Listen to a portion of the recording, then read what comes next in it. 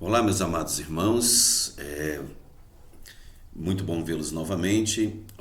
A proposta agora dessa aula, que nós colocamos em vídeo, é para suprir o nosso segundo encontro e nós vamos dar início de onde nós paramos, né? Nós paramos no Credo Apostólico, nós fizemos até a leitura, mas nós não explicamos, porque nós fizemos a introdução do que um historiador ele faz, como ele estuda os documentos. Então, nós estávamos falando de fontes primárias e fontes secundárias.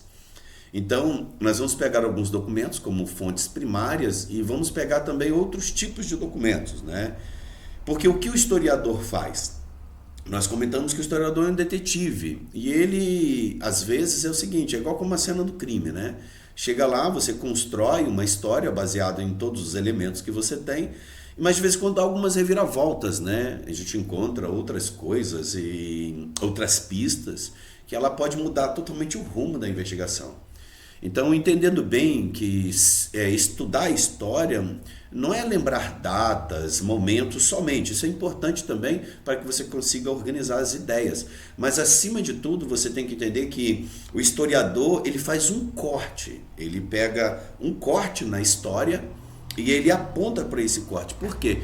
Porque são tantas possibilidades os estudos e são tão complexos e tão gigantesco a quantidade de material que nós temos que o historiador ele tem como base fazer recortes, né? Por isso que você vê histórias a partir do... Vamos supor, você vai contar uma história do templo.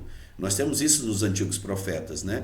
Você vai ver profetas falando do campo, igual Amós. Você vai ver Isaías, que era um profeta palaciano. Você vai ver um outro profeta, como Jeremias, que já é mais da comunidade. Mas cada um deles vai fazer um recorte da história do momento que ele está vivendo. Então, nós fazemos recorte. Sendo historiador é fazer recortes específicos em momentos específicos para poder atender a necessidade.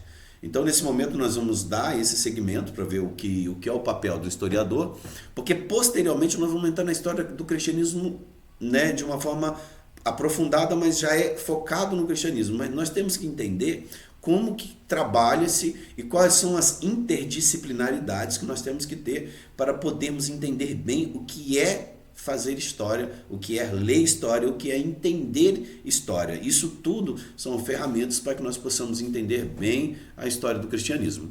Eu vou mudar um pouco de cena aqui, eu vou colocar o PowerPoint para vocês aqui agora, tá bom? Vamos lá. Opa, vamos voltar um pouco aqui, né? Isso. Nós paramos daqui, na última vez que nós trabalhamos. Isso aqui é uma fonte primária, tá? Ela é uma das partes da fonte primária. Isso aqui é o credo apostólico. Irmãos, nós vamos lembrar que os documentos confessionais, as confissões de fé pública, ela fala muito do ambiente em que nós estamos inseridos. Por exemplo, esses textos aqui, que é o texto apostólico, esse credo apostólico, ele é especial em toda a sua estrutura. Por quê? Porque ele fala do momento vivencial. Ele é um recorte da história e do período em que ele está inserido, tá? Aproximadamente aí no segundo século nós já vamos encontrar o credo apostólico, tá bom? A partir do segundo século. Esse documento ele vai estar bem vivo aí. Pode ser que ele seja anterior, tá? Ou início do segundo século ou no final do primeiro século. Nós vamos estudar isso melhor depois, tá bom? Mas isso aqui se trata de uma fonte primária. Você vê que o credo apostólico ele tem 12 proposições. E ele fala de assuntos específicos, num período específico, num contexto específico. Não é muito retratado o que ele fala diretamente, mas o que ele diz indiretamente. Por quê? Porque nós vemos aqui que existe nesse período da história o proto-gnosticismo ou talvez até o gnosticismo propriamente dito. Lembrando que o gnosticismo é uma mistura do neoplatonismo, ou seja, de uma visão platônica acomodada aos conceitos cristãos. Porque os primeiros cristãos que estavam mais próximos dessa cultura platônica, dessa cultura helenística grega, o que acontece?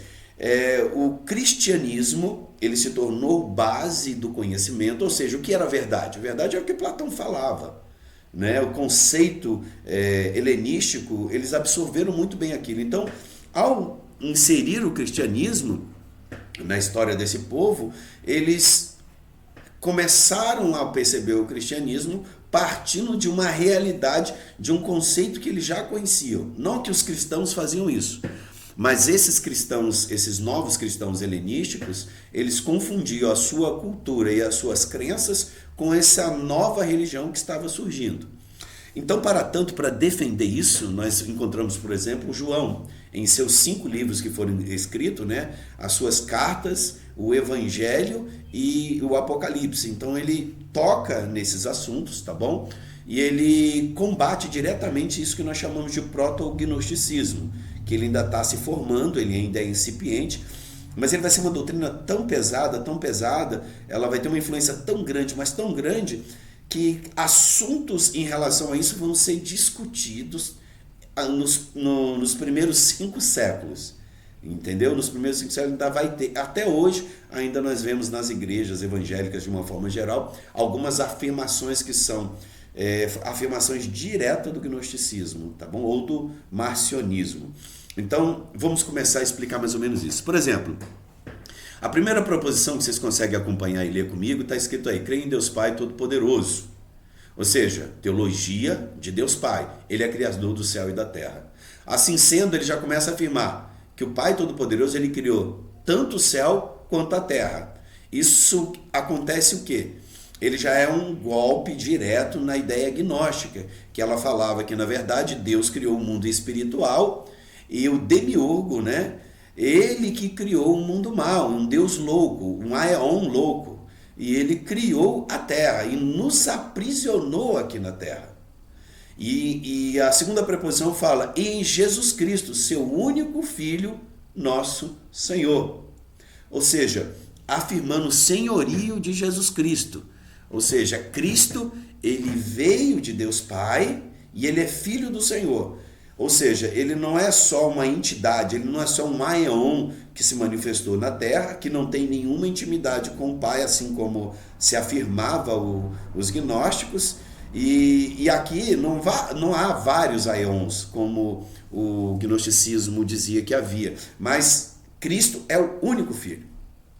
Na proposição 3, ele fala que foi concedido pelo Espírito Santo e nasceu da Virgem Maria. Ou seja, a concepção do Deus encarnado. Isso é um absurdo, porque carne para o gnosticismo era algo infame, algo ruim. Como que é possível? A carne é que aprisiona o Espírito aqui.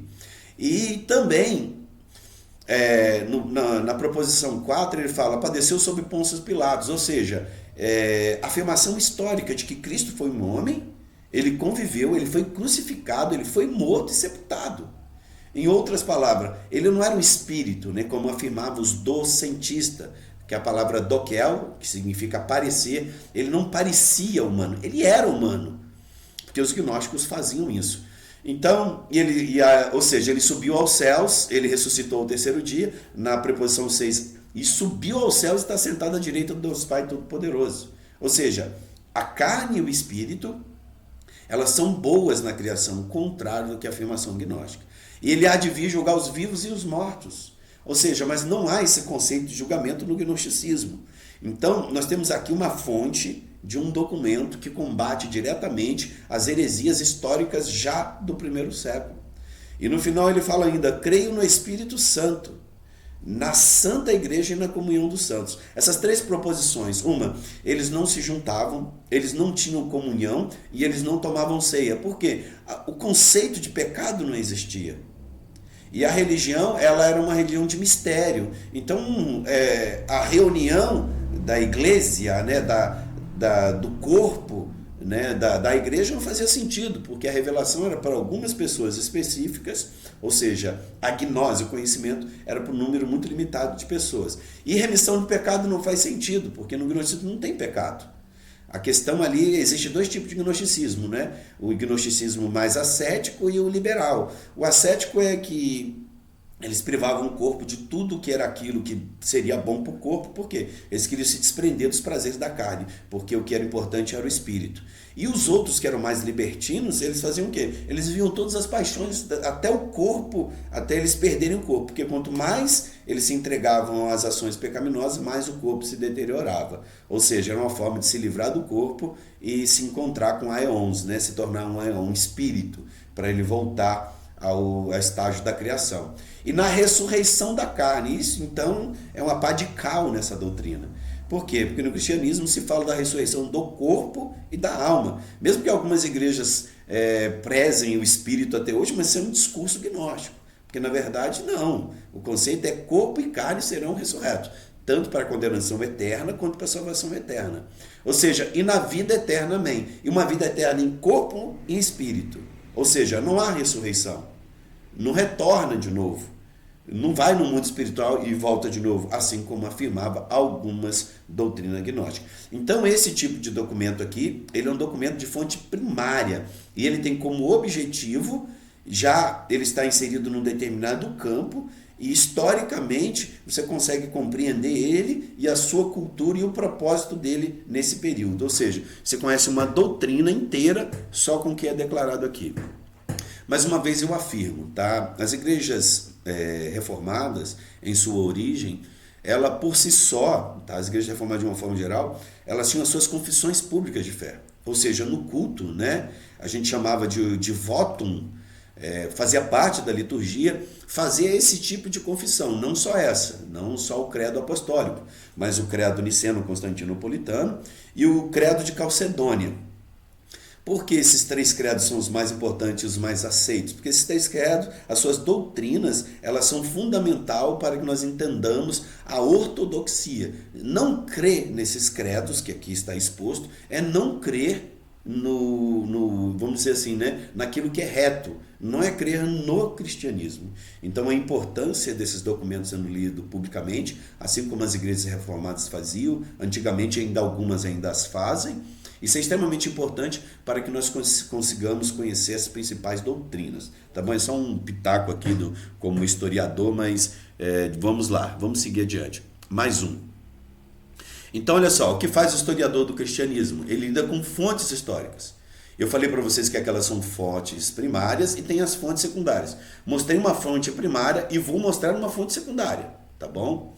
Então, você pode ver que tudo, tá? Tudo, irmãos, é passível, tudo, tá? É passível de se transformar em uma fonte histórica. Ou seja, qualquer documento, qualquer texto, aqui está texto, pessoas, acontecimentos oficiais ou até locais, roupas, livros, sabe? Roupas, por que roupas? Dependendo do aparato litúrgico, você sabe que tipo de culto vai acontecer. Livros, mesmo que os livros não sejam livros oficiais, um exemplo, eu já falei muito, né, do Evangelho de Enoque. Eu tenho algumas coleções aqui que eu tenho, inclusive aqui o livro de Enoque. Eu tenho alguns livros que tem esse contexto, tá vendo aqui um exemplo. Por que eu leio uns livros como esse, livro de Enoque? Eu vou dar só um exemplo. Por exemplo, ó, esse livro de Enoque. Para que eu leria isso? Porque isso aqui é uma fonte, tá? Isso aqui é uma fonte judaica. Ou seja, esse livro aqui, ele é a visão religiosa, tá? Dali a partir do 2º século antes de Cristo. Isso aqui é aquilo que nós chamamos de livro profético. Por que eu tenho? Porque isso é um documento, é um livro que fala da intertextualidade e como era imaginário religioso espiritual. Cores. Por exemplo, dependendo da cor de um sacerdote, você vai saber se ele é siríaco, se ele é copta, entendeu? Então você vai conseguir. E também documentos de suas culturas, nós vamos ver algumas coisas ali. Então, assim, o historiador ele usa isso. Ele vai estudar as religiões, a gente acabou de falar do gnosticismo, ou gestos, hábitos, datas, traços linguísticos. A linguística, irmãos, é muito importante. Por isso, assim, se você domina um pouco algumas línguas importantes, você vai acabar sabendo em que época elas estão, tá bom? Dando seguimento, olha, vamos lá. Isso aqui que nós vamos chamar também de fonte primária, tá? Por que é uma fonte primária? Isso aqui é uma catacumba, tá? Típica, tá? Dos primeiros séculos. Irmãos, olha só, vocês estão vendo os afrescos que estão aqui, as imagens. Vocês estão vendo aqui, por exemplo, o candelabro, tá? Vocês estão vendo aqui, ó, de novo, outro candelabro, porque 2. Vocês estão vendo essas cortinas aqui. Vocês estão vendo aqui a Arca da Aliança. isso aqui é uma fonte primária, mas deixa eu explicar uma coisa. Sempre houve muita perseguição em Roma a respeito dos cristãos.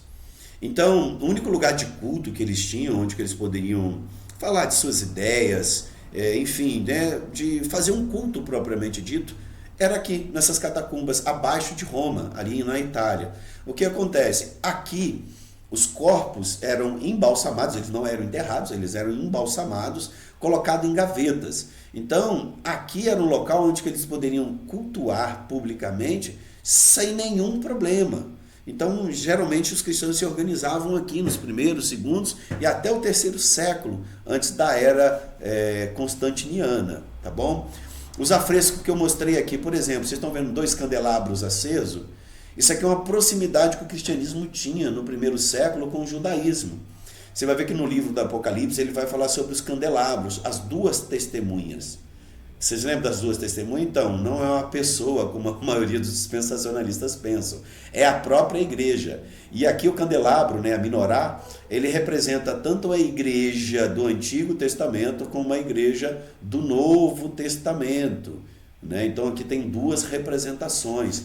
Você está vendo aqui, ó, essas aqui são as cortinas que eram usadas, aquele véu que se rasgou. Agora o véu está aberto. Então, é um conceito de que agora todos têm alcance ao Santo dos Santos. Isso aqui, irmãos, né, por incrível que pareça, isso aqui é a Arca da Aliança, mas ela já tem características helenísticas ou características romanas. Você está vendo que aqui ela tem uma forma triangular na sua tampa, totalmente diferente. Mas isso aqui já era uma influência já romana e grega, já nos judeus dos primeiros séculos. Aqui a gente encontra os elementos que se encontravam lá. Então, só por isso aqui, essas imagens, tá vendo? Esses desenhos aqui, você já consegue analisar esse monumento e você perceber em que época que ele foi feito.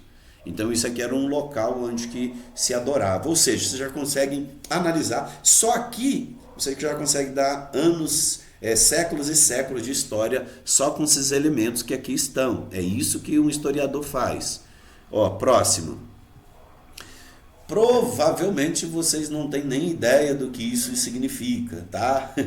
Isso aqui é o Códice de Muratori, entende? O Códice Muratoriano.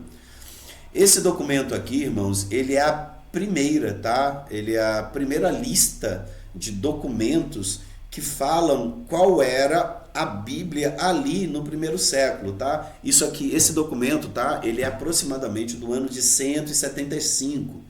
Então aqui já tinha listas dos documentos que deveriam ser lidos, entendeu? Já ali. Então, irmãos, não está em grego, tá? Está em latim, tá? Você pode identificar aqui algumas coisas, deixa eu ver. Aqui, opa, calma aí. Isso. Por exemplo, aqui, ó, Eclésia, Iglésia, tá vendo? Iglésia Populo, tá vendo, ó? Aqui tá falando de Policarpo, tá vendo, ó?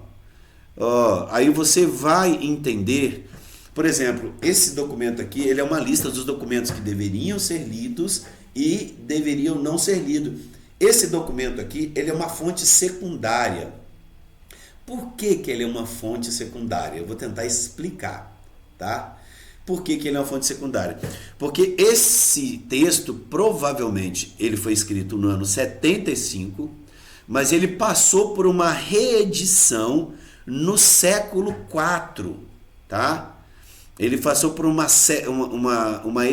reedição no século IV e ele foi achado, tá, por um historiador, já acho que, se não me engano, no século XVIII. Olha que loucura, tá bom? Ele foi achado no século XVIII de um historiador, de um bibliotecário que deu o nome, que é o Muratori, entendeu? Ele é do século XVIII. Mas o que é esse documento? É do século II, mas ele só foi achado uma cópia no século XVI. Como que a gente sabe disso? Por causa da língua que é falada e por causa de alguns traços que esse documento tem. Por exemplo, quando ele cita que o pastor de Hermas não deve ser lido no culto público, tá? Aí ele usa algumas palavras aí que o primo dele, que está sentado na cátedra de Roma. Então essa palavra cátedra em Roma é um pouco complicado, porque essa linguagem da cátedra ela só vai ser usada só no século IV. Então, esse documento ele teve uma modificação no século IV, mas ele cita coisas do século II, por isso que ele é uma fonte primária. Ele é uma fonte primária para quem fala do século XVIII, mas quem fala do século IV, ele é uma fonte primária, entendeu? Então nós encontramos esses elementos, né? Você consegue ler, por exemplo, aqui, ó, eu acho interessante, tá vendo, ó, as cartas aos Laodicenses, você vai encontrar textos paulinos aqui, tá vendo, ó? Ele fala que os textos de marcionitas, eles não podem ser lidos, entendeu? Aqui tá falando, aqui ó, deixa eu ver, isso, Eclesiastes, a recepção do texto, enfim, tem coisas aqui que dá até para você conseguir entender um pouco aqui, se você sabe um pouquinho de latim. Então aqui ele coloca todos os manuscritos, então é uma fonte secundária. Vou dar mais outros exemplos aqui. Isso aqui, irmãos, é uma fonte importantíssima, tá? Talvez uma das coisas mais legais que a gente pode ver. Essa aqui é uma descoberta arqueológica, que a arqueologia também ela trabalha para nos ajudar na questão da investigação histórica, tá? Isso aqui, irmãos, é a igreja de Dura Europos. A igreja de Dura Europos, ela é aproximadamente, tá, do século III, tá? Ela é aproximadamente do século III. E essa igreja, ela é um dos monumentos mais antigos preservados do cristianismo, tá bom? Aqui foi encontrado muitas coisas aqui que nós vamos ver depois. A gente vai fazer uma reconstrução aqui dela. Mas essa daqui digamos assim, é a primeira igreja preservada cristã dos primeiros séculos, antes do século III ali. Porque depois dessa data, irmão, depois do século III, a gente vai ver uma instituição no século IV, as igrejas são totalmente diferentes, porque elas vão ser tudo baseadas em estrutura romana, então vai ser totalmente diferente, vai ser as famosas basílicas. Vocês conhecem a Basílica de Aparecida, né? Então, aí a igreja ela toma outras características por causa da ajuda estatal, governamental, por causa de Constantino. Então, eu vou colocar aqui algumas coisas, tá? Essa igreja aqui, Dura Europos, tá? É na Mesopotâmia. Olha onde que o cristianismo já está, irmãos. Olha só, tá lá pro lado da Turquia ali, naquelas regiões ali, tá bom? Do Líbano. Então, já é uma região. Vamos ver ela mais reconstruída. Olha isso aqui, irmãos. Isso aqui, tá? É uma igreja do terceiro século. Só disso aqui nós já vamos entender bastante. Isso aqui é uma igreja enorme, tá, irmãos? A gente fala enorme assim, porque aqui já é uma mega church, porque ela já tem, digamos assim, até segundo andar. Tá vendo aqui, ó, a escadinha subindo, tá? Ó, isso aqui é lá, upstairs, up floor. Tá vendo aqui, ó? Isso aqui era subida para o segundo andar. Mas vamos falar da estrutura que nós temos aqui. Tá bom? Da estrutura que nós temos aqui. Vamos lá. Primeiramente, se vocês olharem aqui, eu vou começar por aqui.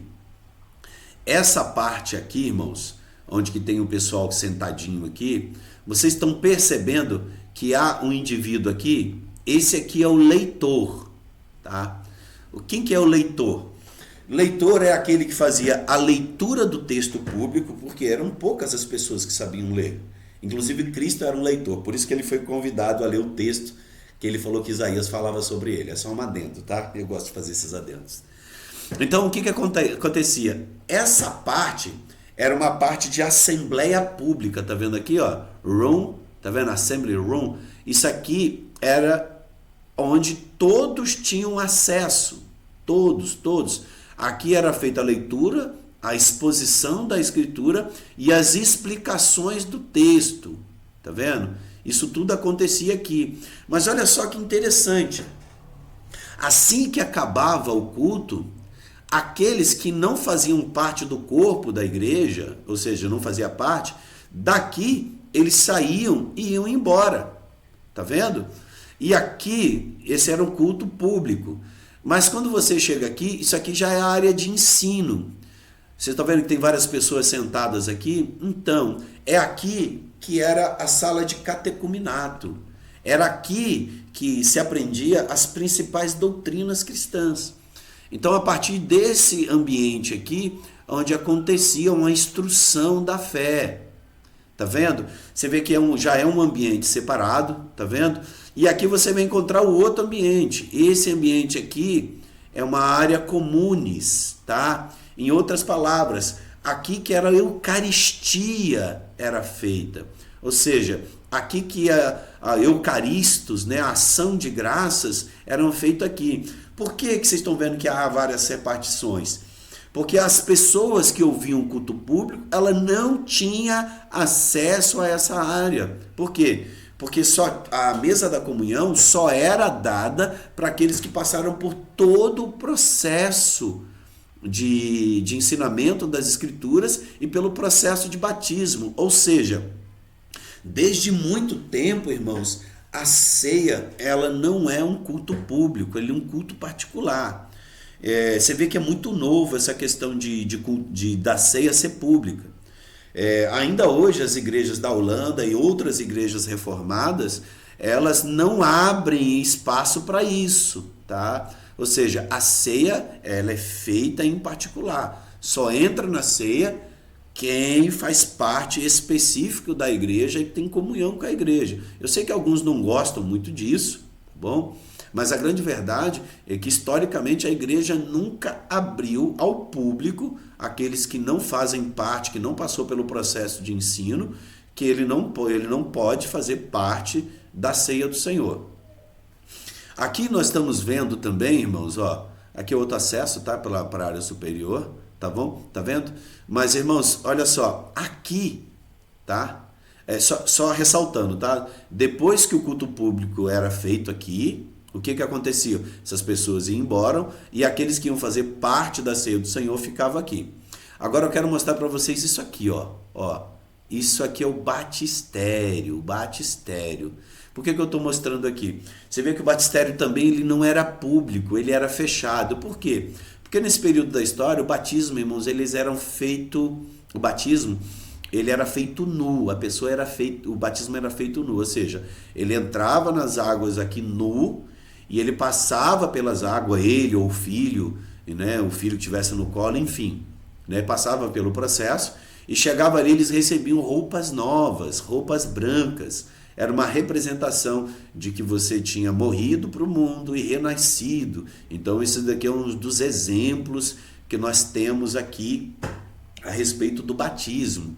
Então, vocês compreendem? A Dura Europos ele é uma igreja já institucionalizada, ou seja, que tem as características da igreja que nós conhecemos hoje. Ou seja, desde muito cedo, irmãos, desde muito cedo, nós vamos encontrar, tá bom? Essas características da igreja, tá bom? E essas paredes, irmãos, tinham muito afrescos, tá bom? Eu não sei se vocês, deixa eu ver onde que eu tô aqui. Ah, ali. Ó, aqui geralmente nessas paredes, aqui nessa área todinha, tinha muitos afrescos, desenhos rudimentares das cenas. A gente vai descobrir isso um pouco mais para frente, que eu vou mostrar outras fontes de documentos. Ó, tá vendo esse aqui, ó? Esse aqui é a tumba de Cristina, né? Se não me engano, o nome é esse, tá bom? Só que eu quero falar uma coisa para vocês aqui a respeito disso. Tá vendo aqui, ó? Também tá é aproximadamente ali do século III. Aqui também era uma catacumba. Vocês vão ver que tem vários desenhos aqui, ó. Aqui tem vários séculos de desenhos, tá bom? Aqui você pode ver que isso aqui, se você pesquisar, é um afresco, tá? Da ressurreição de Lázaro. Aqui, se eu não me engano, é o batismo, tá bom? E aqui nós vamos ver uma imagem muito interessante, tá vendo aqui, ó? Isso aqui como documento primário, isso aqui é fantástico. Vocês estão vendo aqui o alfa aqui e o ômega aqui e a imagem de Cristo? Então, esse aqui é o Pantocrator, entendeu? Por quê? As pessoas entendiam Cristo, né, como cordeiro, como sacrifício, mas aqui já no século III, provavelmente, aqui já se identificava como Cristo como Pantocrator, ou seja, o imperador de tudo, o supremo de tudo, o grande Senhor. Isso aqui vai se tornar uma visão já do terceiro século, vocês estão vendo? Como Deus, o soberano de todas as coisas. Então, esses afrescos são de vários tempos, de várias idades, as cores aqui. Então, aqui tem afrescos do primeiro século, do segundo século e do terceiro século. Isso é uma fonte primária. Então, dessas coisas aqui que se faz história, e daqui que se faz recortes, e daqui que você constrói a história do cristianismo. Vamos ver o que tem aqui para frente. Ou seja, de tudo que nós estamos conversando aqui, nós temos que entender que o que faz o historiador do cristianismo? Ele tenta aproximar o máximo possível do ocorrido, respeitando os limites. Isso é extremamente importante. Irmãos, há limite para tudo. Então, como eu disse, que é aquele recorte de um tempo específico, isso significa que há limite para tudo o que nós queremos saber, porque tudo que nós vamos fazer vai ser só um recorte, porque nós vamos pegar um material específico e a gente vai estudar ele e vai tirar conhecimento disso. Então, os limites, está vendo aqui, ó, tudo tem os limites das ciências humanas, não importa da arqueologia, da sociologia, da antropologia, da ciência da religião, por mais que você estude o fenômeno, os documentos, os monumentos, nós temos que saber o que, irmãos, que há um limite para isso, tá? Então, nós, de acordo com aquilo que temos, o historiador, ele monta, vamos lá, o caso, né, como a gente fala de detetive, ele monta todos os pontos e vai trabalhando. Então, até que ponto um documento ele foi influenciado ou não? Isso significa que todo documento ele pode ser influenciado ou não. Tá vendo? Eu vou dar um exemplo aqui. Ao estudar os documentos, os monumentos, nós temos que saber que também há algumas pessoas que vão intervir nesse documento. Mas tem como saber? Tem. Mesmo o historiador, que ele está intencionado. Vocês lembram da história eclesiástica e da história propriamente dita? Porque a história eclesiástica ela tem uma perspectiva partindo da identidade teológica. Ou seja, um luterano vai puxar a sardinha para ele, um reformado vai puxar a sardinha para ele, um católico vai puxar para ele, um evangélico vai puxar para ele. Então, há algumas influências. Mas como que nós podemos trabalhar essas influências? Vamos lá, mostrar aqui. Olha só, um texto de Flávio Joséfo em grego. Olha só o que está escrito aqui, ó. Naquela época, vivia Jesus, um homem sábio, se é que podemos chamar de homem. Olha, presta bem atenção nisso, se é que podemos chamar de homem. Ele realizava obras extraordinárias, ensinava aqueles que recebiam a verdade com alegria e fez seguir por muitos judeus e gregos. Era o Cristo. Olha a afirmação que esse texto fala. Tá? Aqui Flávio Joséfo está afirmando que ele é o Cristo. Enquanto Pilatos o condenou à cruz por denúncia dos maiorais da nossa nação, que o amaram antes e continuaram a manter a afeição por ele. Assim, ao terceiro dia, ele apareceu novamente vivo para eles, conforme fora anunciado pelos divinos profetas a seu respeito. Muitas coisas maravilhosas aconteceram. Até a presente data subsiste o grupo de cristãos assim denominado por causa dele.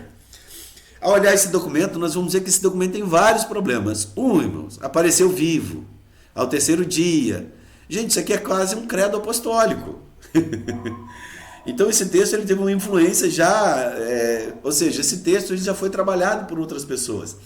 Então provavelmente não foi o que Joséfo queria dizer, até porque Joséfo não era cristão, nós sabemos disso.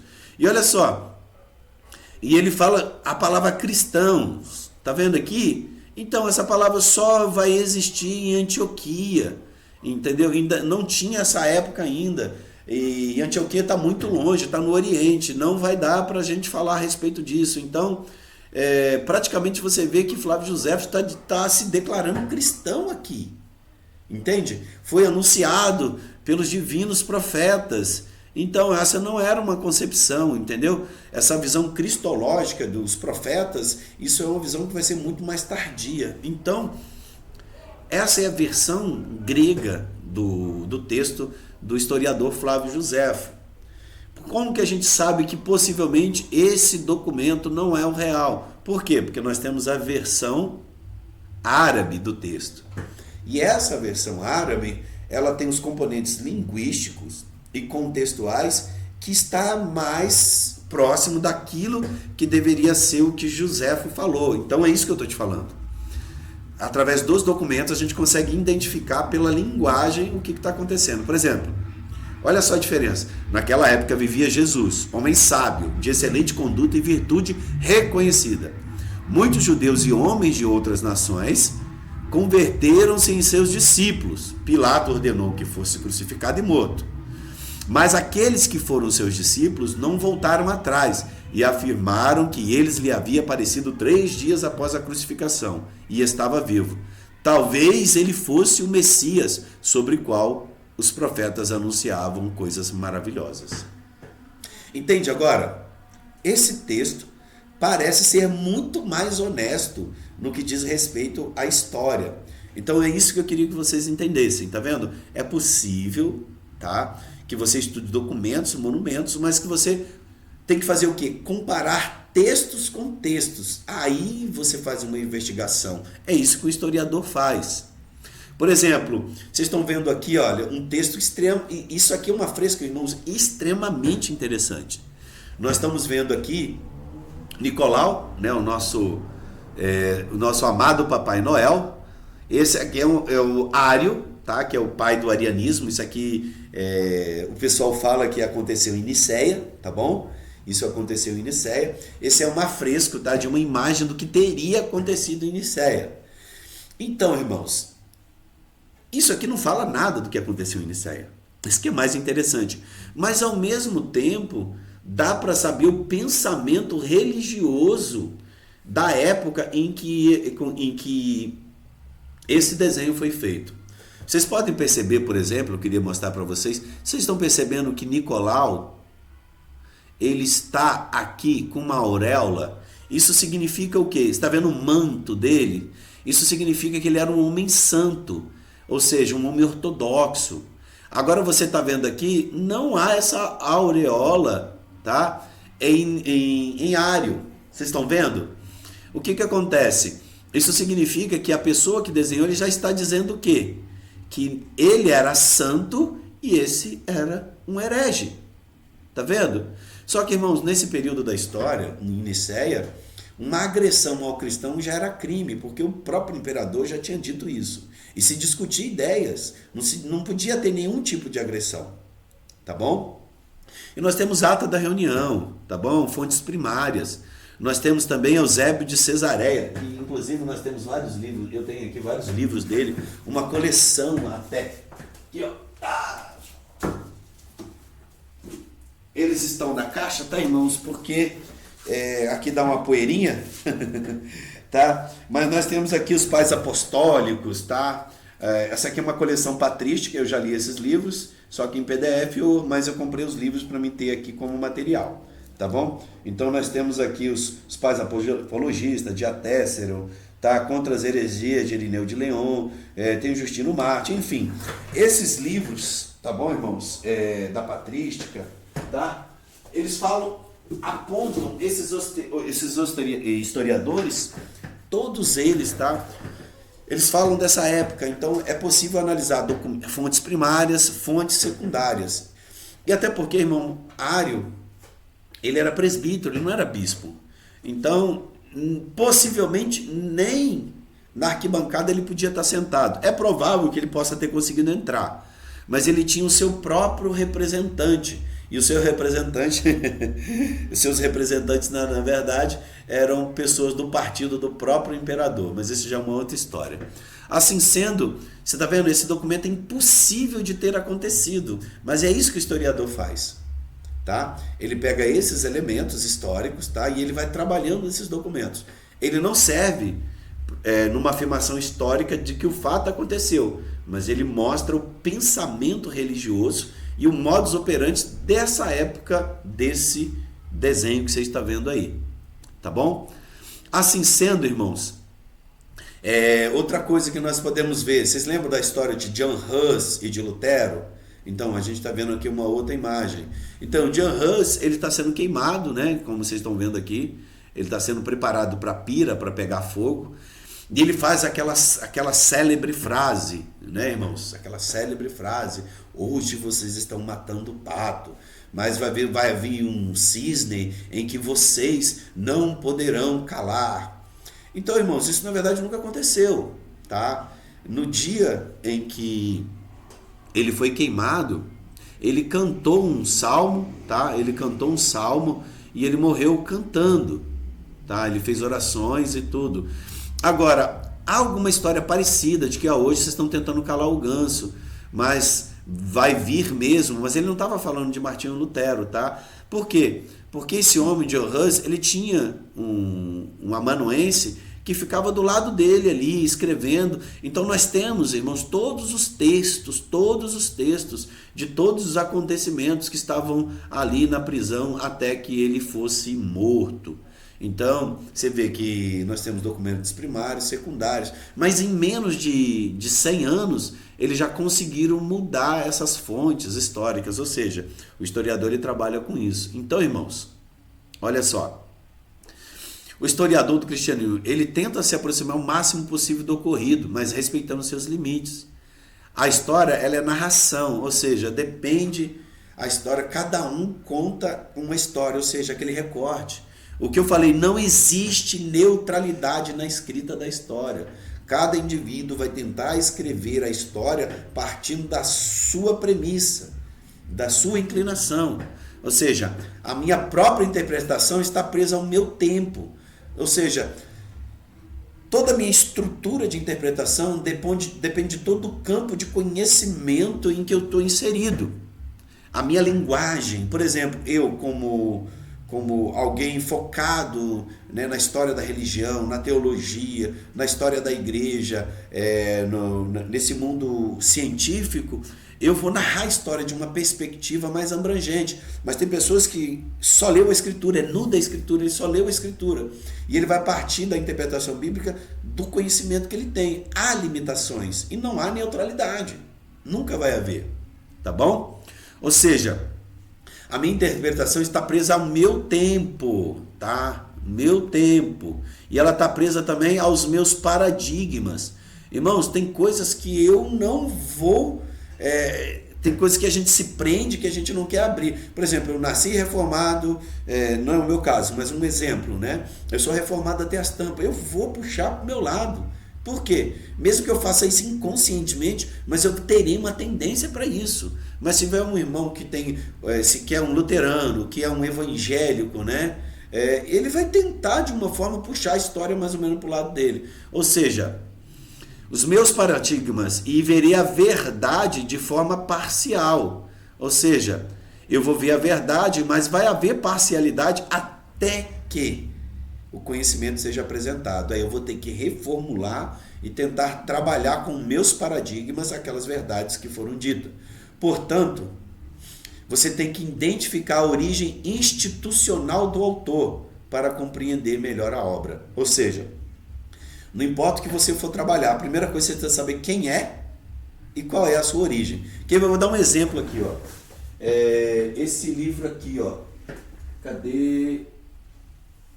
Não é Augusto Gonzaga. Eu vou pegar esses exemplos aqui, que eu gosto bastante desses exemplos que eu vou dar aqui. Só um minutinho, irmãos. Deixa eu ver se o outro está aqui. Ah, não tá. Tá lá embaixo. Eu estou terminando de ler um livro. Ó, tá vendo aqui? Esses são livros muito bons, tá? Esse aqui, ó, a Bíblia na Igreja Antiga, tá vendo? Sua criação, uso e interpretação, ou seja, como as escrituras estavam indo lá. Mas como que você vai saber, tá, se esse livro é bom? Simples. Você vai saber qual é a influência que ele tem. Tá vendo aqui? Ele vai dizer quem é Justo Gonzalez, qual é a sua visão, tá? Porque ele é um pastor, tá? Eu não sei, ele é um pastor anglicano, se eu não conheço, ou seja, então ele já tem um contexto anglicano. Por sua vez, vocês vão vir aqui, ó, Luiz Berkoff, Histórias das Tradições, tá vendo aqui, das doutrinas cristãs. Quando você lê esse livro, você vai perceber um caráter reformado muito grande. Então ele vai tentar puxar um pouco a história para o lado dele. Não estou dizendo, é porque não há nenhuma leitura imparcial. Outra coisa, Justo Gonzalez, uma breve história das doutrinas cristãs. Ele, como historiador, ele tenta ser o mais imparcial possível, mas ele tem as suas tendências, são características da igreja de onde que ele está inserido. Por exemplo, esse livro de Jean Crispin, A Tragédia de Guanabara, onde conta a história dos huguenotes franceses calvinistas, mandado pela igreja calvinista. Isso aqui, irmãos, é uma perspectiva, é um recorte da história dos acontecimentos. Hoje, quando você estuda teologia, as pessoas nem sabem que houve mártires na Baía de Guanabara. Por quê? Porque isso aqui é uma visão daqueles que são de tradição holandesa. Então, eles não vão contar para vocês, porque aqui houve uma invasão holandesa, então eles não vão falar para vocês sobre os mártires de Guanabara que chegaram aqui no dia 7 de março de 1557. Ninguém vai falar isso para vocês. Entendeu? Por quê? Porque os historiadores brasileiros viram a invasão holandesa como algo ruim, mas eles, teologicamente falando, esse livro aqui ele conta a história da Confissão de Fé de Guanabara. Um dos documentos reformados, é o documento reformado mais antigo que existe, tá bom? Aqui na América do Sul. E ele é um dos documentos de fé mais antigos da história. Nós estamos falando, irmãos, do documento de fé de 57, de 58.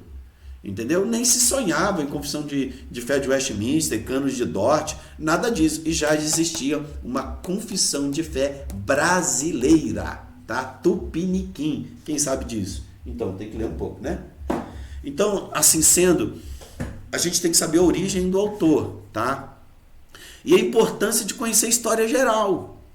Irmãos, se você não conhece a história geral, como é que você vai conhecer uma historinha específica? Entendendo que o cristianismo, ele moldou a história da humanidade. Entendeu? Ou seja, a história da igreja se encontra dentro de um processo muito mais amplo, que é a história geral. Se eu não me dou conta da complexa rede de fatos e instituições envolvidas com os processos humanos, minha visão será míope e falha. Desculpa, irmãos. Ó, isso que eu estou mostrando aqui, ó, míope e falha.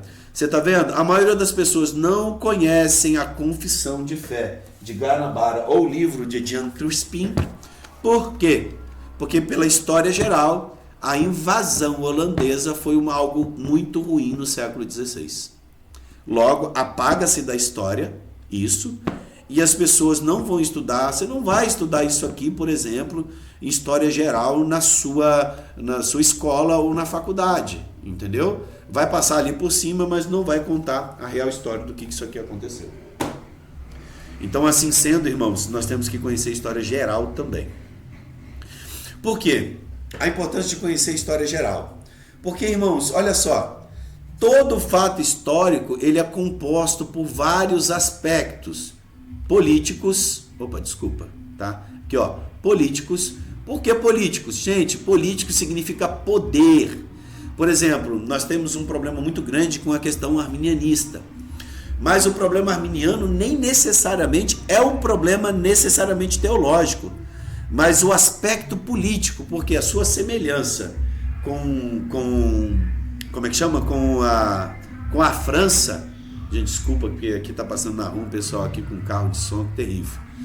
Enfim, mas a influência daquele período da história, onde que há uma luta muito grande da coroa portuguesa, né, do poder do católico romano, com os reformados de uma forma geral, porque havia perseguição, matança, reformado estava sendo matado em tudo, qualquer lugar. Então, qualquer um que tinha pensamentos parecidos, tá, com o pensamento católico romano, caía nessas questões de poder, tá? Questões econômicas, irmãos, a questão econômica influencia muito, tá? Muito, muito, muito. Por exemplo, aqui no Brasil, a teologia da prosperidade ela ganhou muito vulto na década de 90. Por quê? Porque nessa época estava acontecendo aquilo que nós chamamos de milagre econômico, né? Estava se desenvolvendo, muito investimento, muita coisa. Naquele momento, né, das bolhas que não tinha estourado ainda. Mas você pode ver que o crescimento da teologia da prosperidade dá seu porcentagem de dízimo, que você vai receber tanto em volta. Era muito possível, por quê? Porque existia, a economia estava pujante naquela época, estava dando dinheiro, até chegar a época da Dilma e teve aquela grande crise. As questões sociais, né? A teologia da libertação quis abraçar as causas sociais, né? O marxismo, aí, essa teologia mais marxista, né? Mais voltada para as ações sociais. Mas, na verdade, quem é que abraçou mesmo? O pentecostalismo. Ou seja, por causa desses movimentos sociais, ou seja, tem as questões culturais também. Você pode ver que, por exemplo, as maiores igrejas evangélicas, elas tentam se afastar de uma forma cultural muito grande, por exemplo, do catolicismo. Mas, na verdade, o movimento evangélico ele é muito mais católico que imagina. Por quê? O seu sistema de governo de igreja é episcopal, é igualzinho o papado, né? Igualzinho a igreja católica.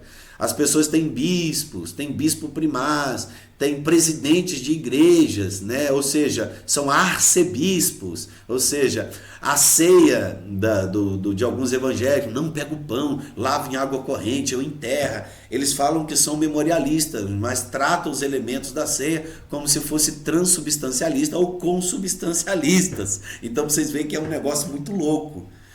As influências também, a história ela é composta por aspectos filosóficos. Irmãos, a teologia ele está intimamente ligada à filosofia.